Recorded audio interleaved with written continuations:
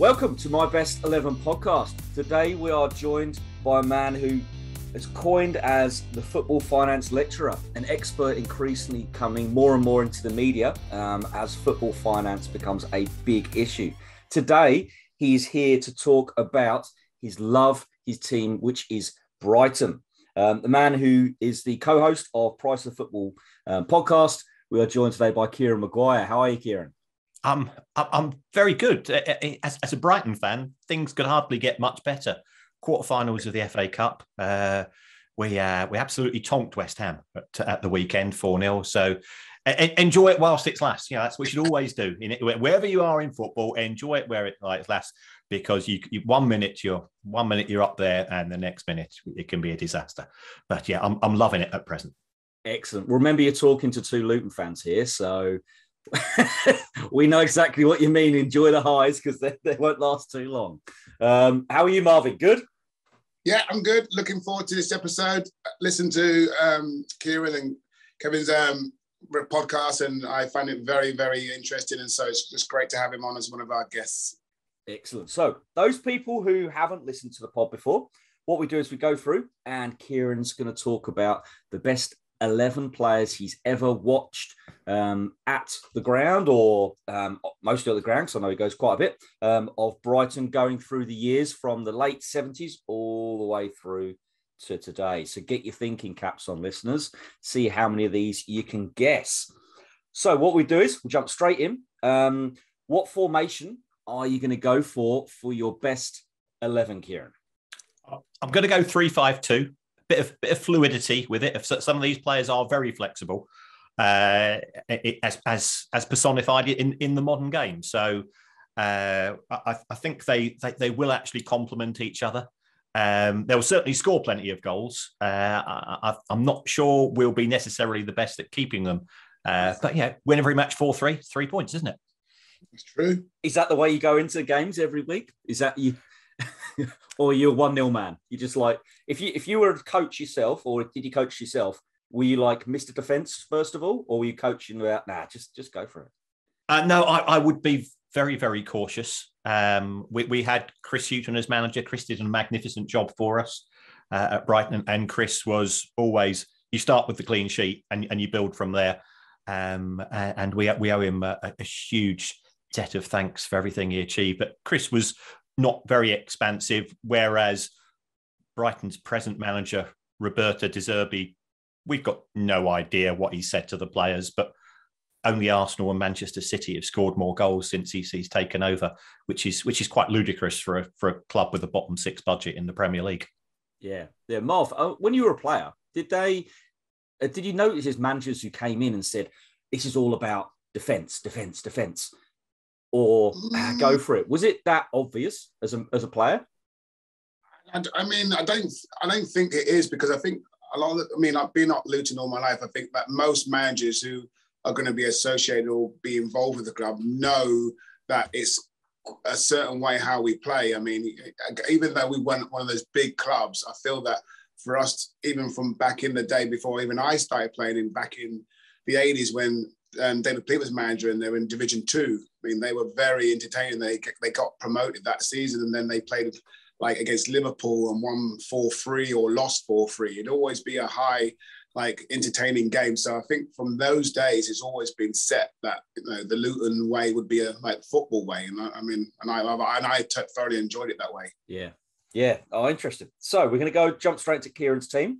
We'll start with goalkeeper, and as we go, if you can give us a couple of clues to see if Marv and myself can guess it, and if you want to, you can chuck an honourable mention in there, just in case you ever meet any of the players and don't want to offend them.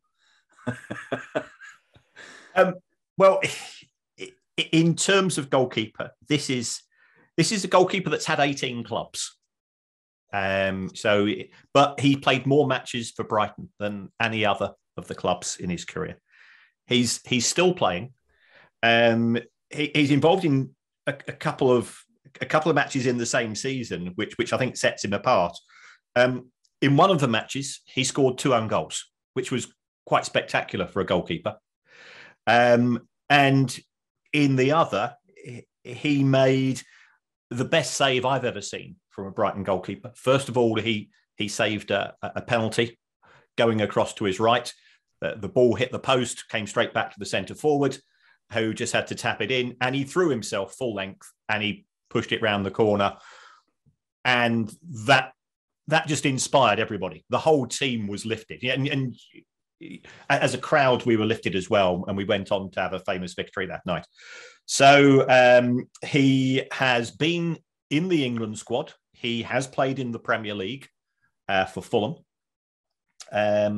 He spent many of his years out on loan, as often will be the case with a goalkeeper. And he is presently still playing at the age of 37. Did he start his career at Middlesbrough? I don't think so. No, he's a Yorkshire lad. Were you going Ben Roberts, Marv? No, I was going. I can't think of his name. David Stockdale. David Stockdale is the man. Yeah. Where did he start? I thought it was Middlesbrough. He started. I think he started at Whitby, somewhere like that.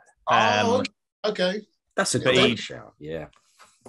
He was an absolutely magnificent keeper for us for 3 years, and the save he made against Forestier at Sheffield Wednesday when it was 1-1. It was the season we got promoted. Glenn Murray saved the ball on the line to get red carded.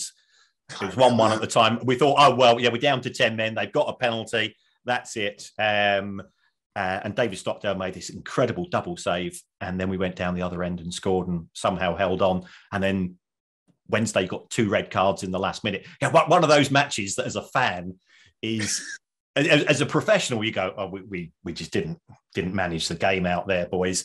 But as a fan, it's 90 minutes of complete chaos and carnage and 3 points as well. You sat there going, has anybody got a defib? Has anybody got a defibrillator? Everybody needs it. Oh, awesome. So Stockdale, you said that, I mean, you've had some really kind of, obviously you've got keepers now that are really at the top level. You've had, obviously, Australian Matty Ryan. You've got Robert Sanchez now. But then even going further back than that, you've had Perry Digweed, people like that. What makes Stockdale stand out? Or is it just, and this will be interesting as the team goes through, is it you pick them on moments? I think David has done some amazing things when he was at the club. We also had Joe Corrigan, who used to be the England goalkeeper. He came to join us. You mentioned Perry Digweed. We had Mark Beanie, who he ended up playing for England. Mark Beanie was sold for 650 grand to Leeds United in I think it was the mid-90s. And if he hadn't been sold, there wouldn't be a Brighton Hove Albion today. So there are many goalkeepers. But I think David Stockdale had a good relationship with fans. And there was a tragedy at Brighton when an aircraft came down at an air show and it killed a load of people, including 2 people from the Brighton ground staff. And by all accounts, the club was magnificent, but everybody says that David Stockdale just rose above everybody else in the way. He had time for everybody. He counselled these grieving people. He rallied the troops. And he was also a fantastic goalkeeper. So I think putting all of those together, and he was the goalkeeper in the year in which we were promoted to the Premier League. I think the club offered him a 2-year contract. He put his family first, and he says, I need greater security. So he went for a longer contract elsewhere. I just think he's got a lot of admirable qualities, as well as that moment and some of he was in the PFA championship team of the season in 2016-17 because he deserved it. He was just magnificent. 20 clean sheets in 46 games, and then to finish it off, we were promoted. And we had to go to Norwich. I think we needed a point to win the league. And he scored 2 own goals and we ended up as runners-up. But those are the types of things which actually, in retrospect, you look back now at and you have to have a laugh about. Yeah. Oh, no, definitely. So I was reading, you were born in Elephant and Castle. Is that right? Yeah. South. I'm a South London boy. Yeah. So why Brighton?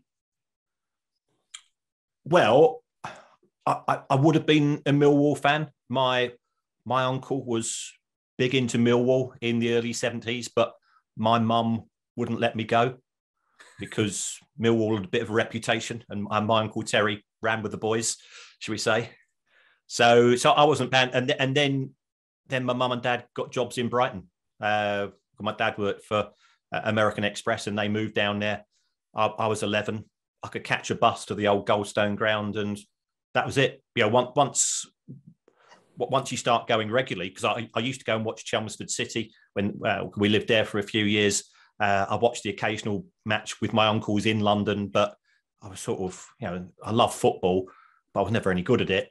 And once I started going, and I think it's at that age where you start going with your mates from school, and that was it. Because then you had something to talk about on a Monday morning. You'd all meet up, and sometimes you go to away matches together, and that was it. That's 50 years this season. That's a good innings. That's a really good innings. And so obviously you went to watch the game with your mates. Around that time, was Brighton the town? Was it a Brighton town, or was it like Man United, Arsenal? Like Luton's always suffered a bit from that, as of all of the kind of the suburbs just outside of London. Was Brighton like that, or was it all now we're Brighton? Yeah, there were times when I think that Manchester United are a global brand, as are Liverpool and so on. So there was always some kids supporting them. But just after I moved there, Brighton started to progress with Brian Clough as manager. He then left to go to Leeds, and the famous, the famous Damned United in 42 days at Leeds. So we were always a club that sort of punched above our weight. And then, when he left, his assistant Peter Taylor took over, then Alan Mullery, and Alan Mullery took us through to what was the old First Division, which is now the Premier League, of course. So we were getting crowds of 30,000 in the third division. So there's always a decent crowd, and then things started to tail off. With football, anybody remembers sort of mid 80s to the sort of the mid 90s, really. Football was tainted, and Brighton's crowds disappeared. We slipped through the divisions, and we have come back. We're now back to 30,000 plus every game. Awesome. No, that's really interesting, as you say. It's about going to watch games. That's what makes people watch sport or love their team.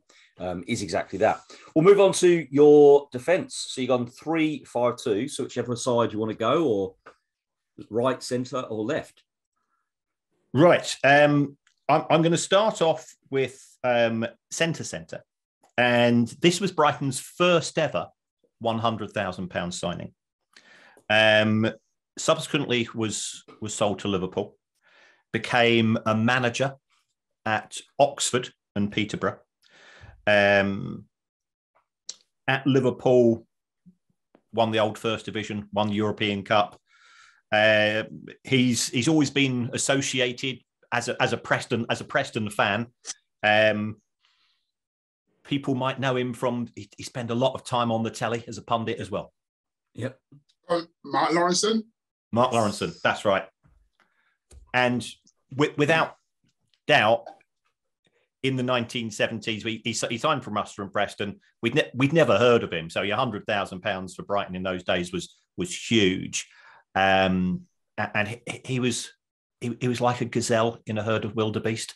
He just had that elegance. We were used to third division, second division football, and Lawrenson would pick the ball up, in the centre of defence, and he'd go forward 40 yards in a way that we'd never seen before. He was deceptively quick, decent in the air, and he even ended up playing in midfield for us for a while when coming back from injury, just because he was that fit, he could do it. And when he left us to go to Liverpool, I think he had the choice of Liverpool or Manchester United. And I think if he'd gone to Manchester United under Ron Atkinson, they would have won more trophies. Yeah, he was alongside Alan Hansen at Liverpool for quite a few years, and they were just a magnificent pairing. They knew how to read the game as centre halves. Yeah, no, definitely. Did he ever come back down? Does he come back to Brighton much? I assume he got an amazing reception, would he? fans are a bit. You know what fans can be like because he is a Preston lad, and because he won all these trophies with Liverpool. Those were the two clubs that he tends to speak about most of all, and therefore some of the fans get a bit ratty. But I've had the privilege of meeting him on a couple of occasions, and he does speak very fondly. And I think fans have now learned that. It is a transient career. He was only at Brighton for 3.5 seasons, I think it was. But he says, in terms of the party atmosphere, Brighton was by far the biggest party club he was at. And remember, this was an era where nobody had mobile phones. You could go out with the lads post-match and enjoy yourselves. And if you want, and Brighton's one of those towns where if you want to enjoy yourself, there's a lot going on. One way of putting it. Marv, you obviously came through, you're a Liverpool fan as well, but you kind of came through when Lawrenson was at his peak of his powers and Hansen. Did you model yourself on Lawrenson, or who did you model yourself on? I mean, I loved both of those players, Alan Hansen and Mark Lawrenson, as Kieran alluded to. I mean, so comfortable on the ball, really, really comfortable on the ball. And when I first joined Luton, I wasn't a defender, so I came as a midfielder. So it was quite interesting to see that they turned me into a centre-back, stroke left-back, and I ended up obviously trying to maybe play a little bit similar to those two guys, Alan Hansen and Lawrenson, and try to bring the ball out of defence when the time was right. Yeah, no, it's really interesting how some players decide to model on others, whereas you just, Marv, you yourself. And that's the way you got to be in football. That's the way you got to be. You got to make your own niche. So we'll move on to left or right of side of centre back, Kieran. Right on the left centre back, even though this player is right-footed, he has played as the left side for practically the vast majority of his career. He's a one-club man as far as Brighton is concerned. He's played over 400 games for the club now. He too has scored 2 own goals in the same match. In fact, he's got quite a record for scoring own goals. He's also been picked to play for England. Has he played? Has he actually had a cap? He has actually played. He has a cap for England. It was a friendly. He has been linked with other clubs at times, but has stayed with the club and has been a magnificent captain. Who, in my opinion, and clearly I'm slightly biased here, is underrated because he looks like an English centre half, if you know what I mean. Yeah. Go on, Andrew. And therefore, Lewis Dunk. Lewis Dunk is correct. Yep. I was just going to say, in your opinion, because you would have seen a good lot of Ben White, who would you say between the two? I know Ben White's at Arsenal and he's been converted at right back. I mean, I really like him, by the way. I really do like him, but I also like Lewis Dunk as well for his out-and-out defensive qualities, if that's so to speak. Lewis Dunk will put his body on the line. Ben White will put his body on a sunbed. And that's the difference. Lewis is a defender's defender, I think, if you know what I mean. So yeah, exactly. That's what I said. He's an out-and-out defender. Yeah. But it's interesting. You've had so many good defenders. I'm not going to preempt actually, in case you come in with somebody else. But I mean, was it Ian Wright who said that before obviously Arsenal got Ben White? I think Ian Wright was one he kept on going on and on for a good 5 years now. How good Lewis Dunk is, how underrated he is. I think he's arguably one of his biggest promoters in the mass media, I'd say. So he sees something in him. Yeah, and I love Wrighty to bits. I've done 5 Live on a couple of occasions with Wright, and even though he used to play for Palace, he's such a good guy that you can't help but like him. I think he sees those qualities because remember he played with Adams and Bold and Keown, so I suspect he sees elements of those players who their job was that if they couldn't stop the defender through tackling, they would get their body in between the attack of the ball and the goal, and do whatever it takes. None of those three centre halves, what you would say, were blessed with exceptional pace. But I think Lewis Dunk reads the game very well. His distribution is magnificent. He is sort of a modern quarterback style of centre half, and his ability to switch the play is really good, and that certainly helped us this season in particular with his ability to bring the two wingers that we presently play with into play as much as he can. No, definitely. So we're going to move on. We've got Lawrenson, Lewis Dunk, who is the last one. The next one is another England international. He had his career ended by Vinnie Jones, tragically. He was in the England squad in the 1986 World Cup. He confused Bobby Robson, the manager, because of his name. And he scored in an FA Cup final. I think, who scored in your FA Cup final? I am trying to think. Oh! Foster was suspended. Yeah, that's what I was going through my head going, no, it wasn't him. Unless... This is where I feel awful not knowing this. You know, when you go, yeah. And there was a player with an identical name to him who was a fullback at Everton at the same time. Gary Stevens. Oh. Gary Stevens, yes. Yes. Yeah. Yes. Gary Stevens. You had some great players in that team, in that early 80s team. I threw in there Fozzie, Steve Foster, for those people who don't know what I'm talking about. Chris Ramsey even. Yeah. Out of it, do you think that squad is... I know it's hard to compare eras. What are your thoughts on that squad compared to the current one? I think the players individually, compared to the rest of that division, were probably slightly better. Yep. But I think in terms of, we now have a coach who has given us a style of play that means that we are a unit. Brighton punch above their weight. Yeah, we just beaten Liverpool 3-0. We beat Chelsea 4-1. We beat West Ham 4-0. We've won at Old Trafford this season.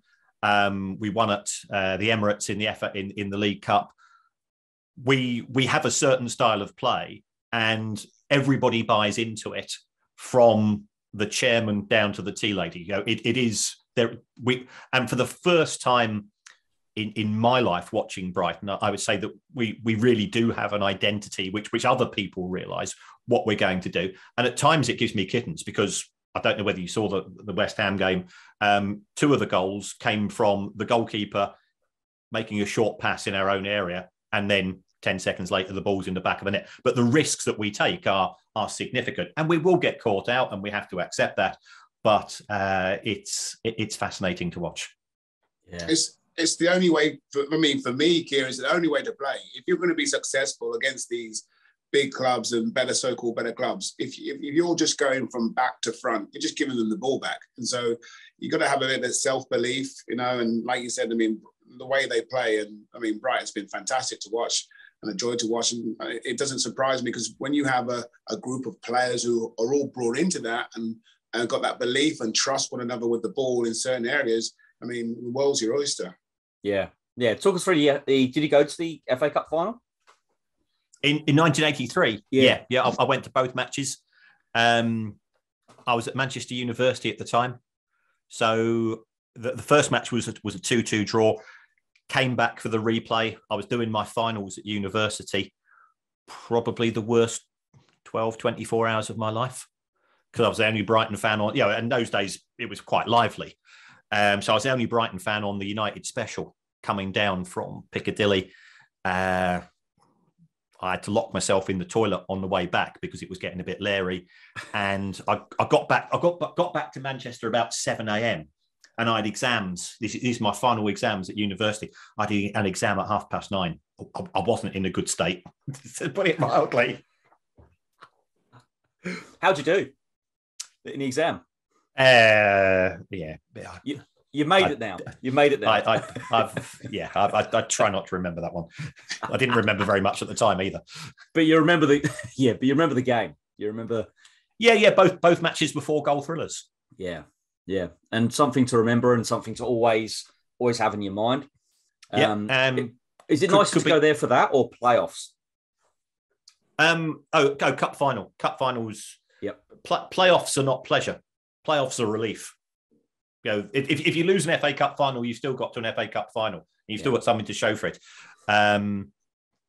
Playoffs, horrible. There's no joy. Unless you're 4-0 up with 5 minutes to go.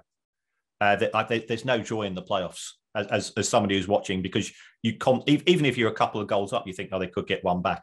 I've seen Brighton win away in the first leg of a playoff and then be 2-0 down in the second leg, and the misery that causes. Playoffs are horrible experiences.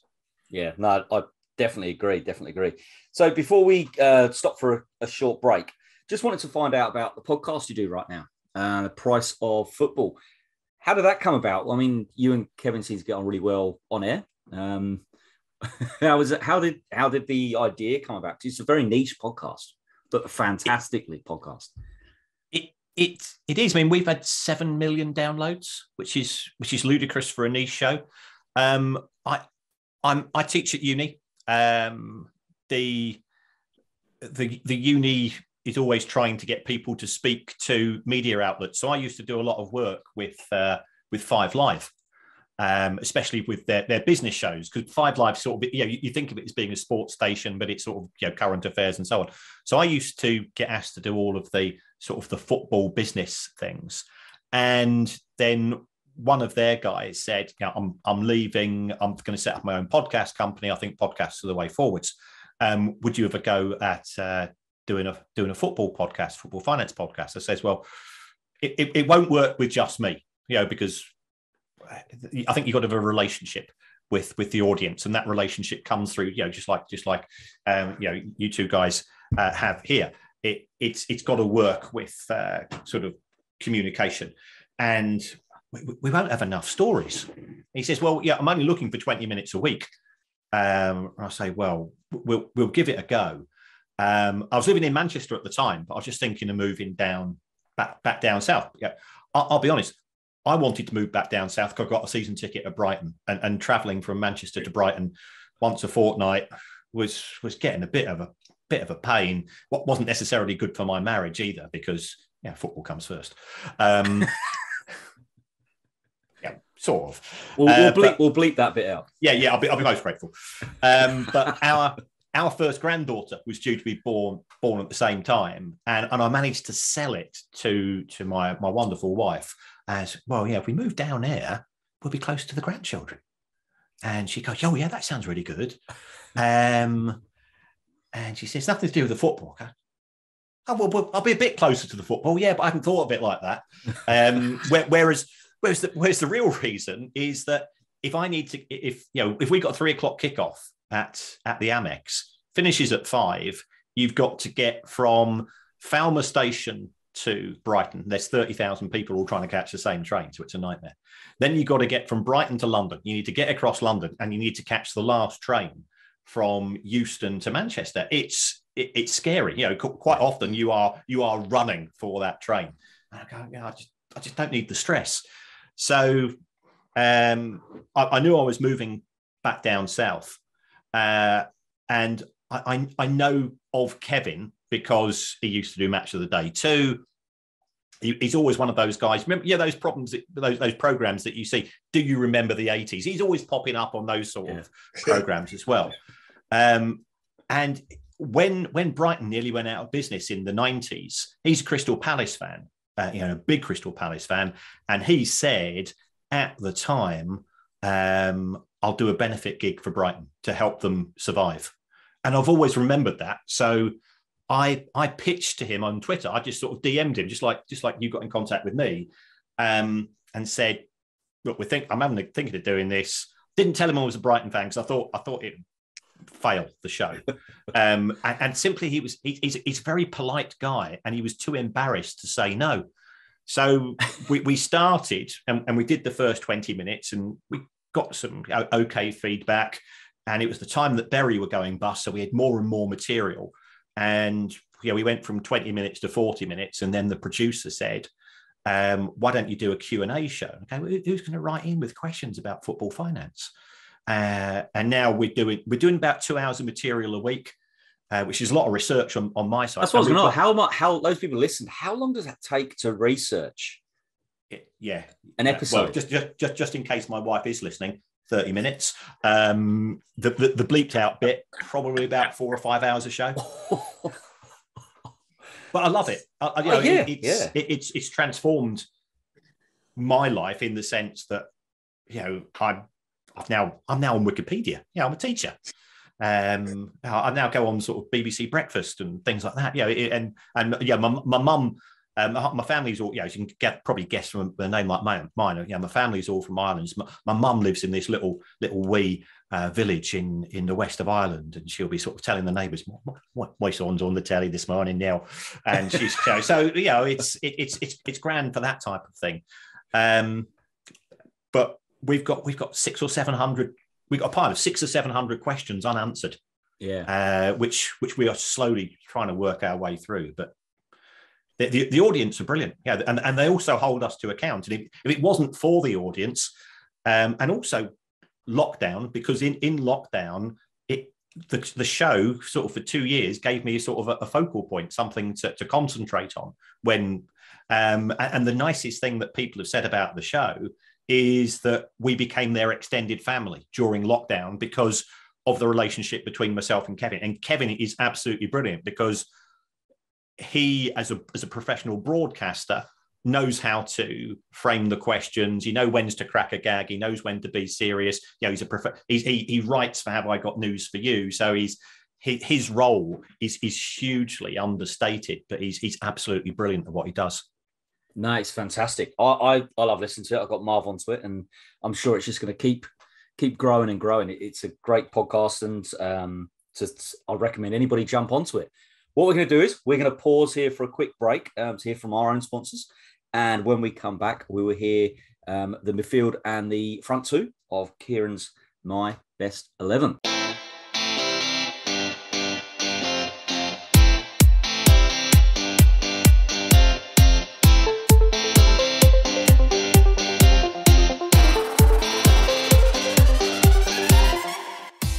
Welcome back to the second part of My Best 11 with Kieran Maguire. So far, we have for his Brighton Best 11, David Stockdale, Mark Lawrenson, Lewis Dunk, Gary Stevens. I'm going to hand over to Marv before we get into Kieran's rest of his 11 for Marv's 60 seconds. Marvin. Okay, VAR or no VAR? VAR. Favourite other sport, Kieran? Cricket. Best ground you visited? Tottenham Hotspur new stadium. Okay. Best player you have ever seen live? Ruud Gullit. Messi or Ronaldo? Messi. Pele or Maradona? Pele. Fish and chips, pie and chips, or pasta? Fish and chips. If you could choose one for Brighton, one only, which would it be? Champions League winner or Premier League winner? Champions League. Which is your next favourite team? Kilmarnock.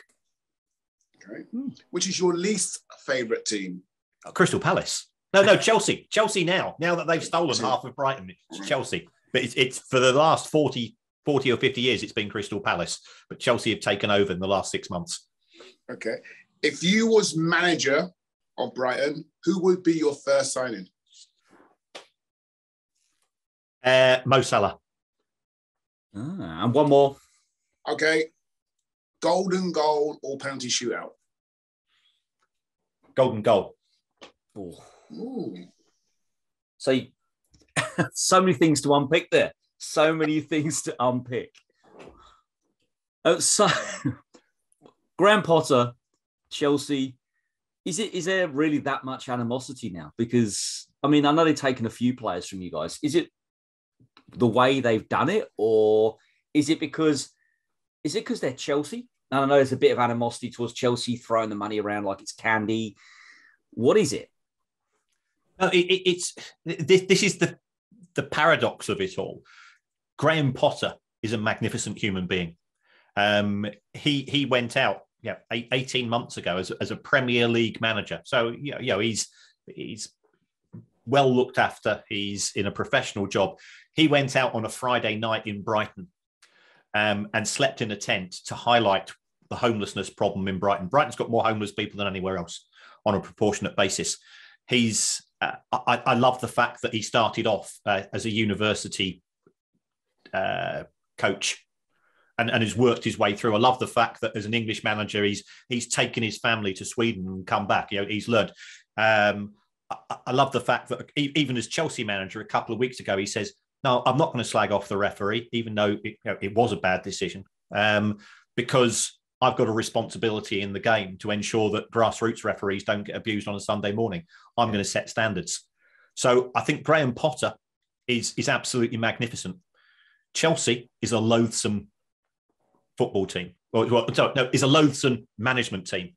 If they'd wanted Potter, they could have signed him during the last summer, and that would have given Brighton the time to go and find a replacement manager. But they waited until 6 weeks into the season. And it wasn't the fact that they took Graham and his two guys. That that management team comes as a package. They took Ben Roberts, who was our goalkeeping coach, fantastic coach. They took Bruno, who was our former captain. They took our head of recruitment. They took our head of data analytics. They'd already taken our player of the season from last year.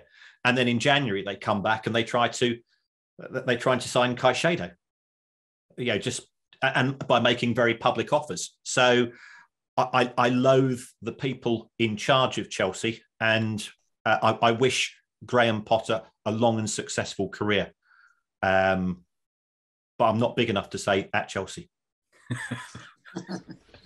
Love of football fans. But that's what it's about. That's what it's about. And it's interesting you said about when Kevin did the gig for Brighton. And I think even as a Luton fan, I don't know if Marv can say this or not, but even as a Luton fan, I cannot stand Watford. I detest the club. But I personally would not ever want to see them go bankrupt, because if they go bankrupt, I don't want MK Dons or Stevenage to be seen as our rivals. You want to keep that rivalry. And I think Luton being through so much more financial hardship than Watford, I know that a lot of their fans actually did exactly the same thing. They didn't do gigs, but they did exactly the same thing. Can you bring yourself to say that, Marv, or not? Well, no, I don't hate Watford.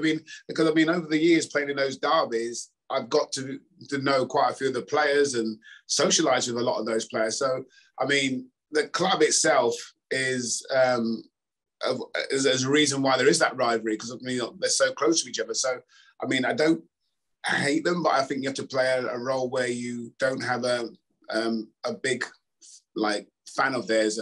There's a bit of a mutual dislike, I think, between the players, right? But once the game's over, we'll have a drink in the bar, well, as we used to do, have a drink in the bar after the game, or have a drink out on a Saturday night out, Yeah. Yep.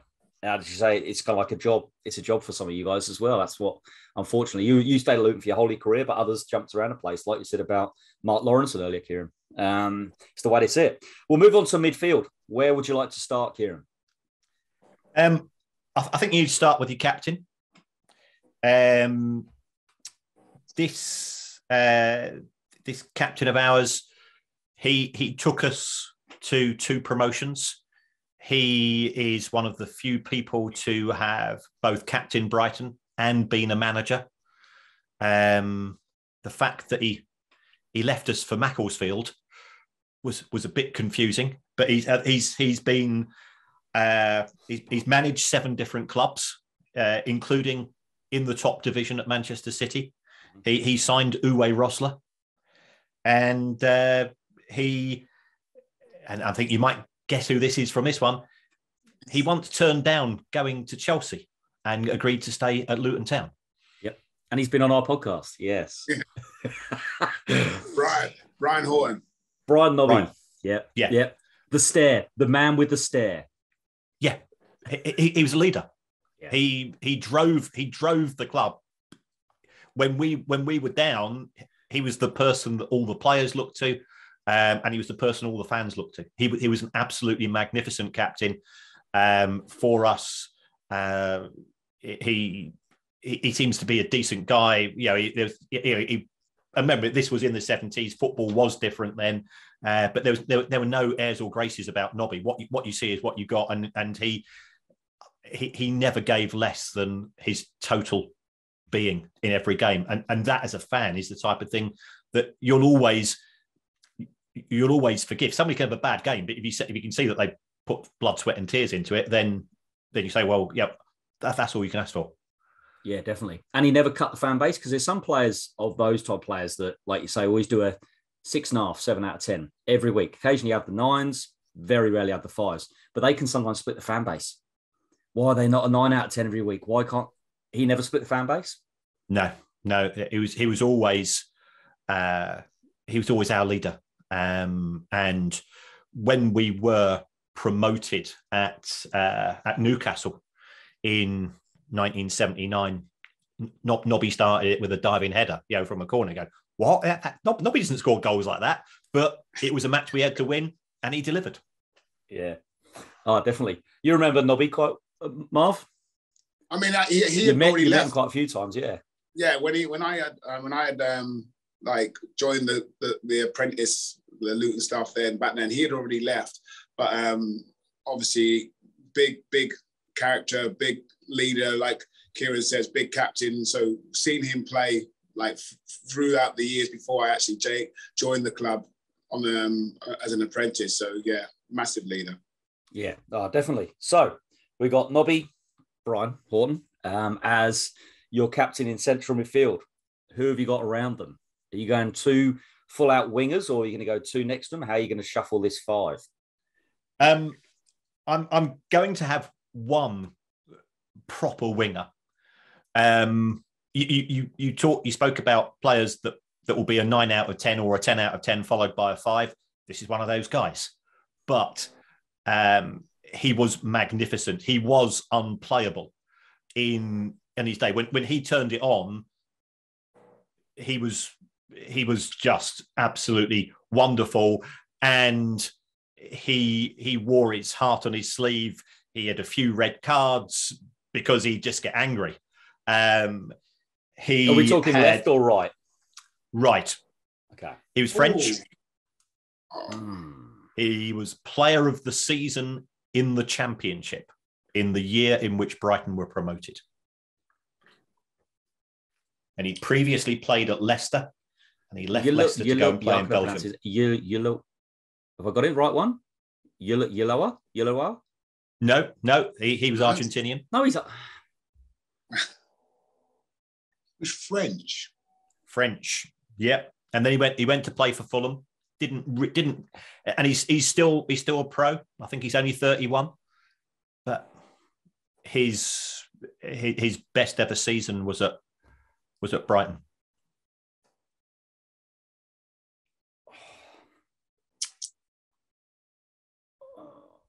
He played at Leicester. Played at Leicester.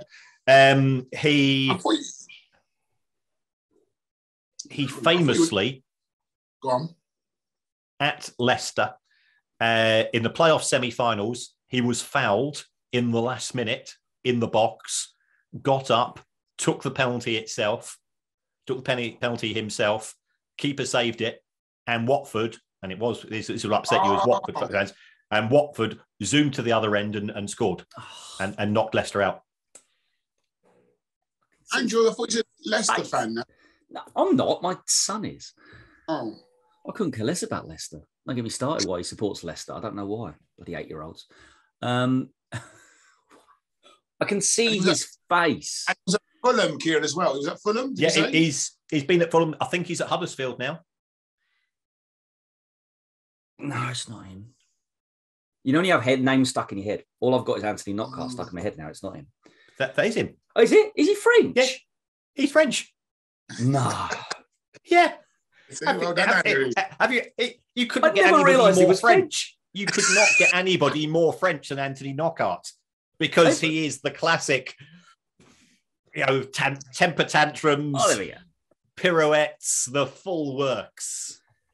He's a Gallic genius on his day, and then we don't know what happened. I know he was very close to his father, and his father died, and he just struggled after that. Very, very, very sad, but a magnificent player, moody, very moody. But that's part of the reason why we love him.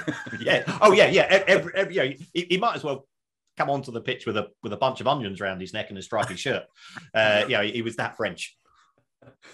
Excellent. But you remember him though for being that flamboyant, and he bought you something in that championship season that nobody else could, or nobody else did. He scored. Yeah, well, we scored a lot of goals that season, but he contributed. He also scored in the match in which we were promoted to the Premier League. Loved him to bits. Just sad for him because he was so loved that his career didn't really push on after leaving Brighton. Yeah, why do you think that is? Either of you, Marv, why do you think, obviously as next player, why do you think some players don't or can't kick on? Is it quite often in their head as much as their body? No, or is it just bad luck? Go to the wrong club at the wrong time, change managers 6 times in the season, or what is it? I mean, how long was he there at Brighton for, Kieran? Was he 3 or 4 years? Probably 4. It could be like multiple of things. Different culture, how the clubs run from club to club. He could have been signed as a player for a certain role where they wanted to play him, and probably I don't know. It could be multiple things. It could be family might not have settled. It's difficult sometimes to settle in different areas, moving up and down from the country or from a different country. Multiple things it could be. Do you think that's an important message that fans need to realise, is there are any number of reasons as to why this doesn't work out? Oh, yeah, because as fans, you only see players as those people that you manage on Football Manager. But I go to clubs, I talk to, I teach for the LMA, I have contacts in the game, and clearly, Marv, you've had a professional career. You are dealing with exactly the same issues that other people are having to deal with at work. You're a bit worried about the kid at school. He's, your son or your daughter, they're being bullied, or you're not getting on. You got your partner giving you grief. You don't feel 100%, but you don't want to admit that you're not feeling 100% to the manager because there's 2 of you competing for that position. So, there's a lot going on, and I think Anthony did struggle with some domestic issues, with the loss of his father, to whom he was very close, and so on. Yeah, so it's a shame if you've got players that could and should kick on, but as you say, it's same as every walk of life. So we've got Brian Horton, Anthony Knockaert, 2 very different players. And who have we got next coming up, and where are they playing? In the centre, or?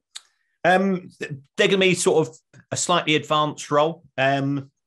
This player, probably the most technically gifted player I've ever seen in a Brighton shirt. 38 caps for Spain. He'd won 2 titles in La Liga with Valencia. He'd won the UEFA Cup. And then at the age of 30, he turns up at Brighton, and we go, what? Why are you here? If he did 2 decent hamstrings, he would have never come near us. And he was there for the best part of 2 seasons, probably played no more than 20 games. But when we played Liverpool in the League Cup, and this was in the Championship, he was on fire, and he ran Steven Gerrard around. He was just one of those players that when you see them on the pitch, their feet don't touch the ground. They float over the air. And he could shimmy and send a defender to the floor in a heartbeat. And by all accounts, in training, half the time that the other players said, we're not even going to try against him because we can't. He was that good. Was he? Did you say Valencia? Valencia? Was he say it was Valencia? Yeah. I think. Have you got it, Andrew? I'm trying to think. He didn't play in many games, but when he did, and when he was in the mood, that was it. Was it Vicente? It was Vicente Rodriguez. Just sat there proudly going, was it Vicente? No. Well, that's the only one a guy I could think of. No, I wasn't sure. But when he said Valencia, I thought, I think I remembered him. Yeah. It's almost amazing when players come in the championship, players come to you who played at clubs like Valencia, and you just go, wow. You then realise this is there is a gap. There is going to be a gap if you get promoted. He should never have been at Brighton because he was linked with Real Madrid. He was linked with going to Manchester United, and he loved Valencia, but he'd injuries, and that was such a tragedy because to see such a magnificent athlete, and we're all professionals in our own walks of lives, but sometimes you just go, this person is operating on a different plane to what, and it doesn't mean that you're jealous. You just admire them from as a fan, you go, my God, and things as a professional, you go, wow, that's sublime. Yeah. No, definitely agree. So we've got Vincenzo in there, Brian Horton, Anthony Knockhart, who are the last two midfielders. Well, there's not many ginger Argentinians with an Irish name with a World Cup winners medal. I've never looked into this. Where does the surname come from? Is it mum and dad, or one dad's Argentinian, mum's Irish? No, it's grandfather. I think the grandparents. There's an Irish connection. Yes. But it can only be the magnificent Alexis McAllister.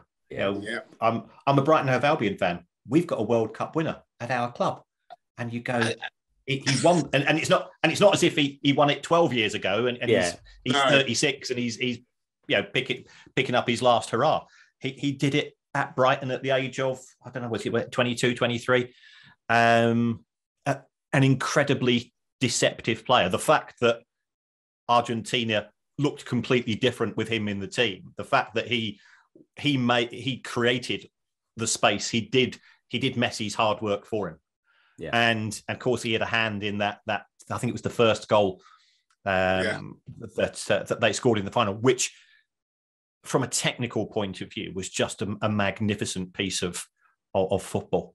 Yeah. Delighted for him. By all accounts, he's a really good kid as well, which makes you even, it makes it even nicer.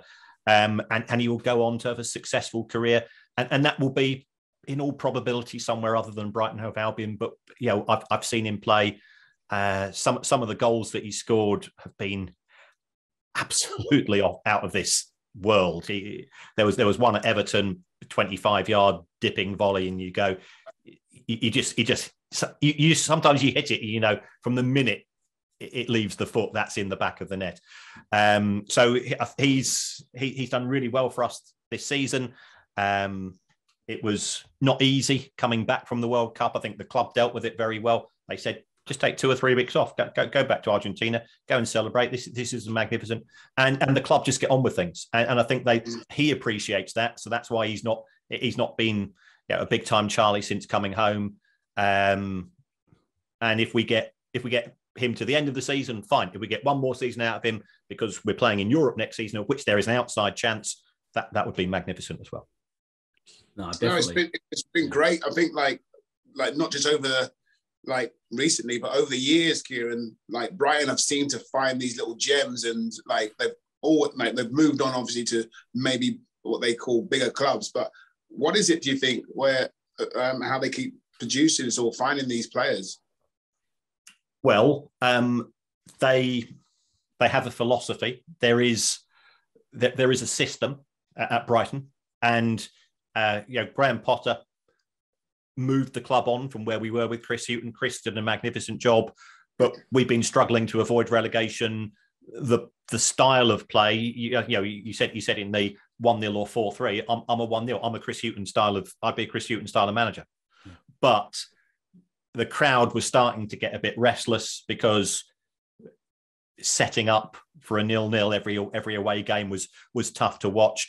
Graham took it on, and the club owner is a professional gambler. He's a maths graduate. He's somebody that can turn numbers into tunes, and his gift is to be able to understand bits and pieces of algorithms and bits and pieces of data with regards to footballers that the other clubs don't understand. So therefore, we've got Mitoma from Japan for 2.5 million. We got Caicedo for 4 million. We've picked up Yves Bissouma for next to nothing. He went, he's just gone to Spurs. Yeah. And even if we lose these players, we're really excited because we've seen the production line of 18 and 19-year-olds who are on the bench, who we're desperate to see on the pitch. Yeah, and it's a little bit like you guys and Brentford. Have almost got this method of doing it.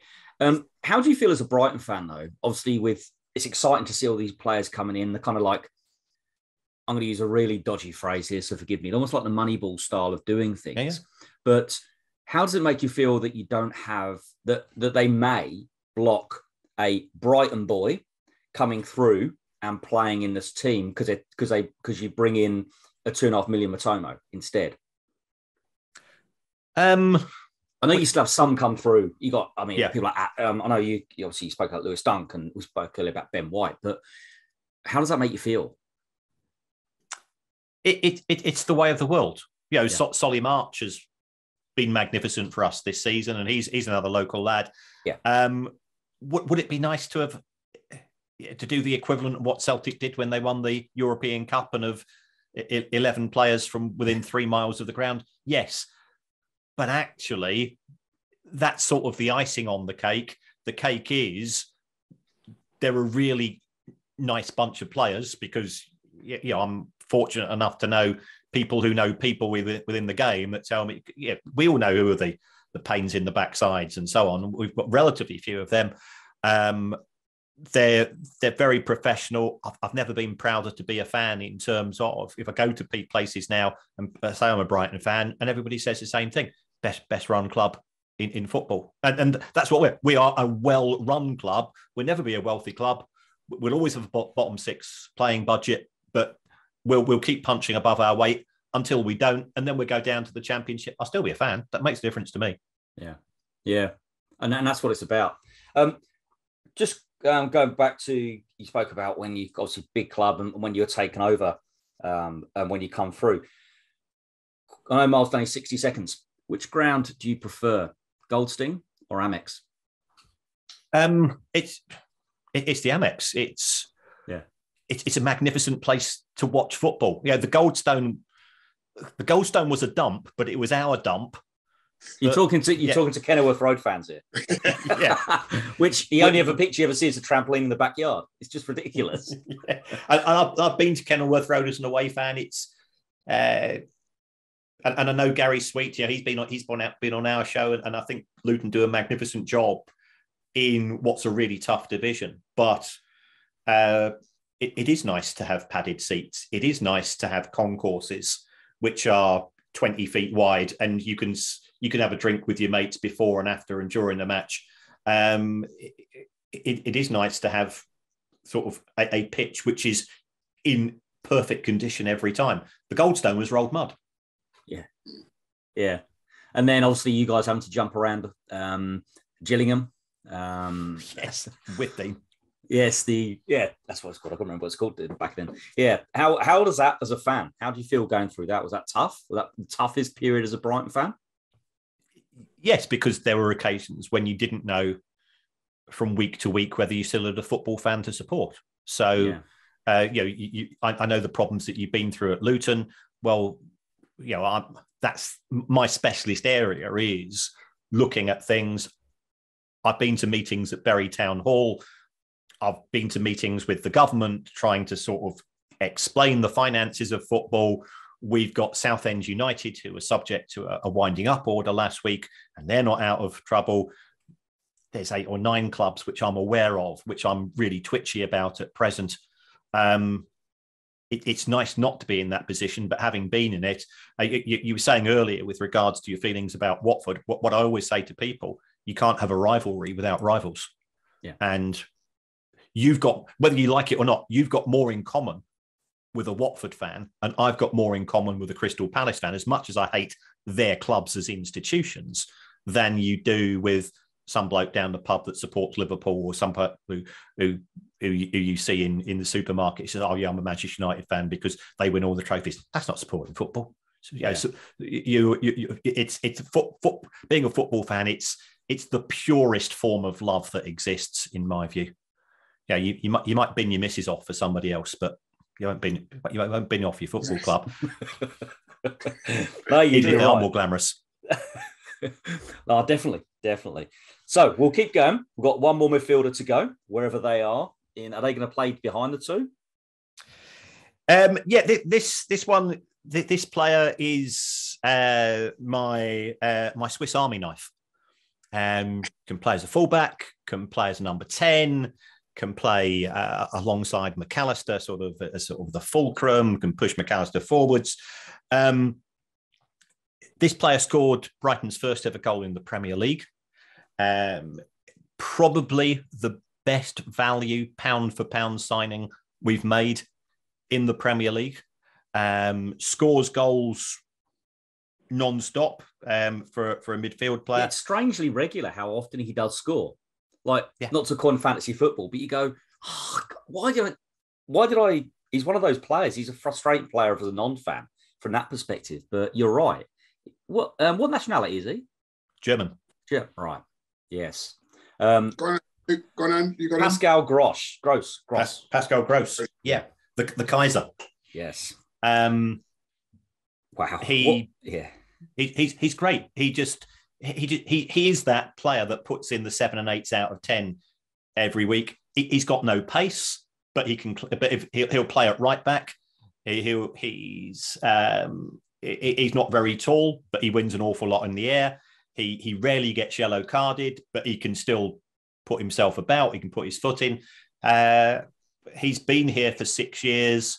Yeah, we signed him for £3 million from Paderborn in Germany, and every season he does that same thing. Yeah, he'll get us half a dozen goals, and he just reads the game superbly. And he's now 31. I think he's on a 1-year contract.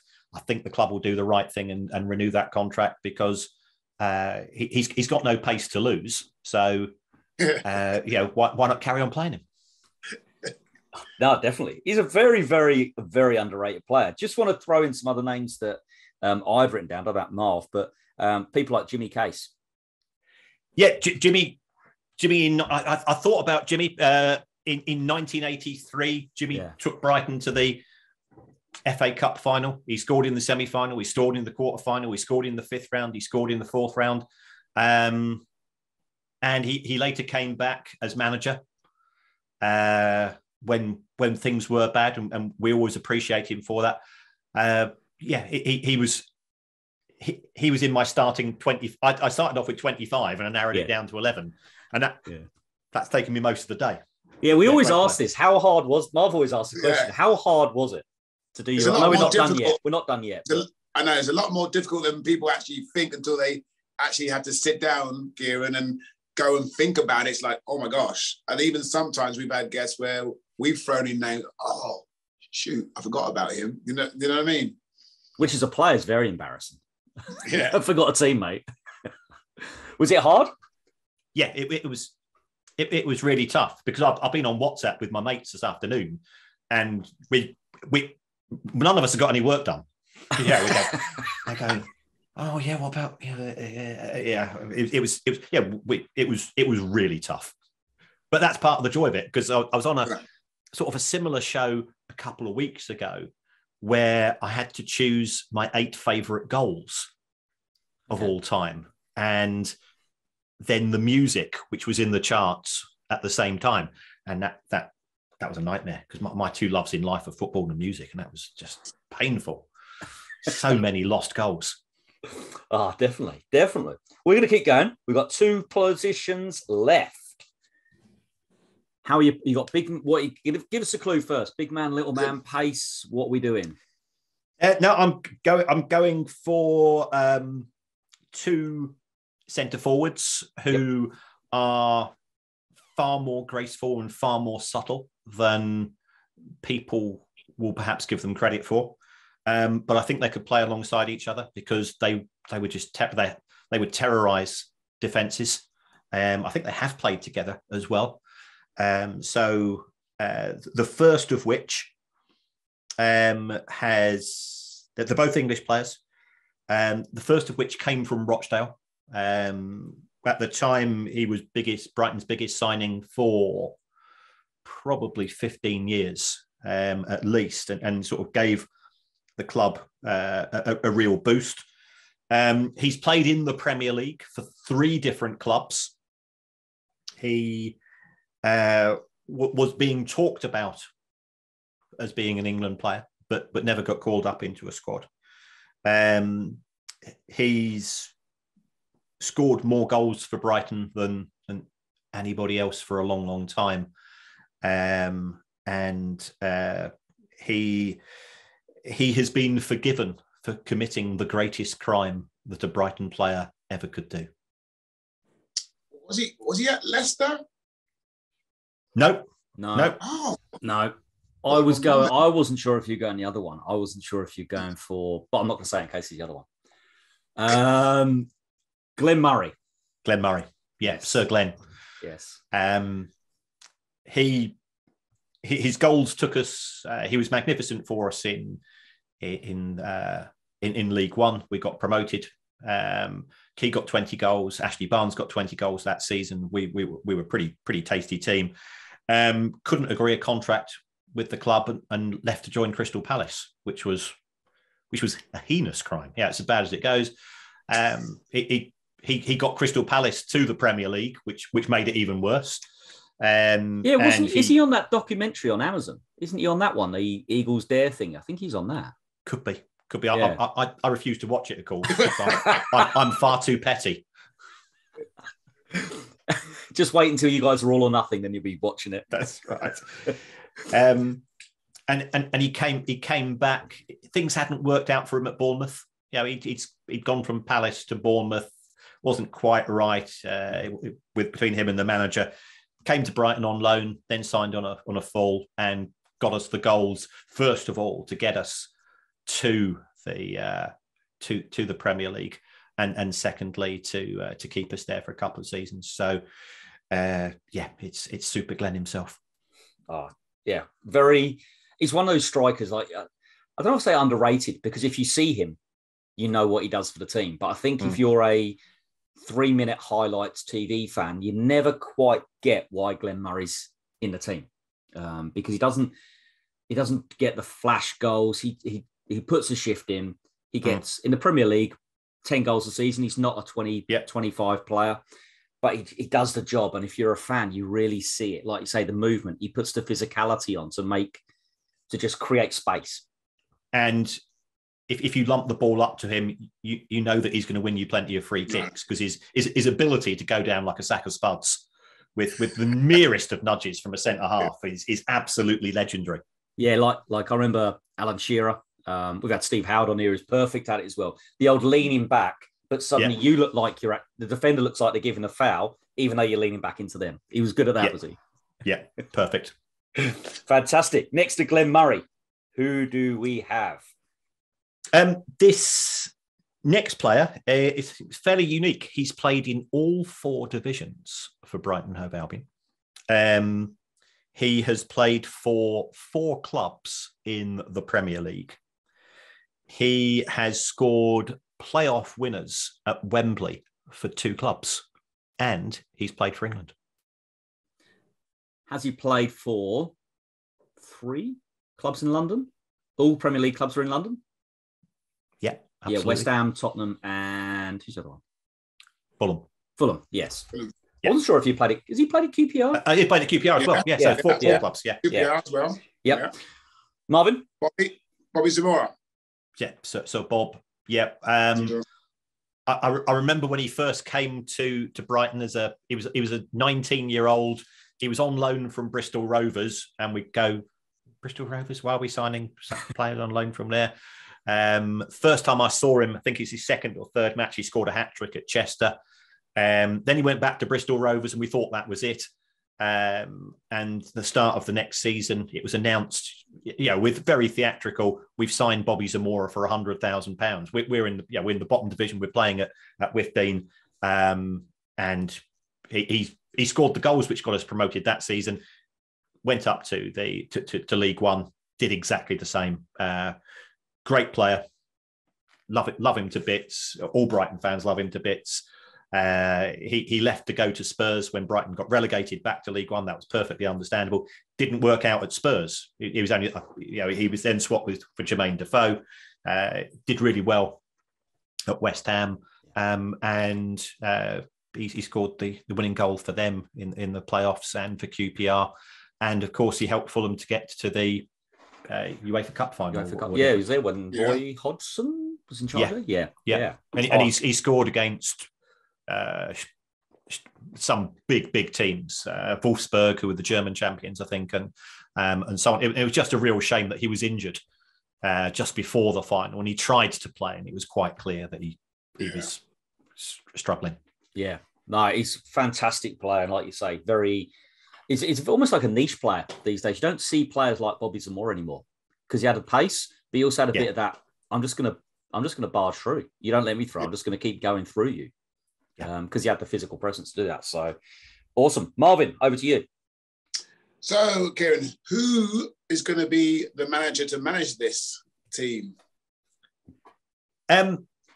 This manager transformed Brighton from being a standard League One team to a club that tried to play tippy-tappy in League One and got us promoted on the back of it.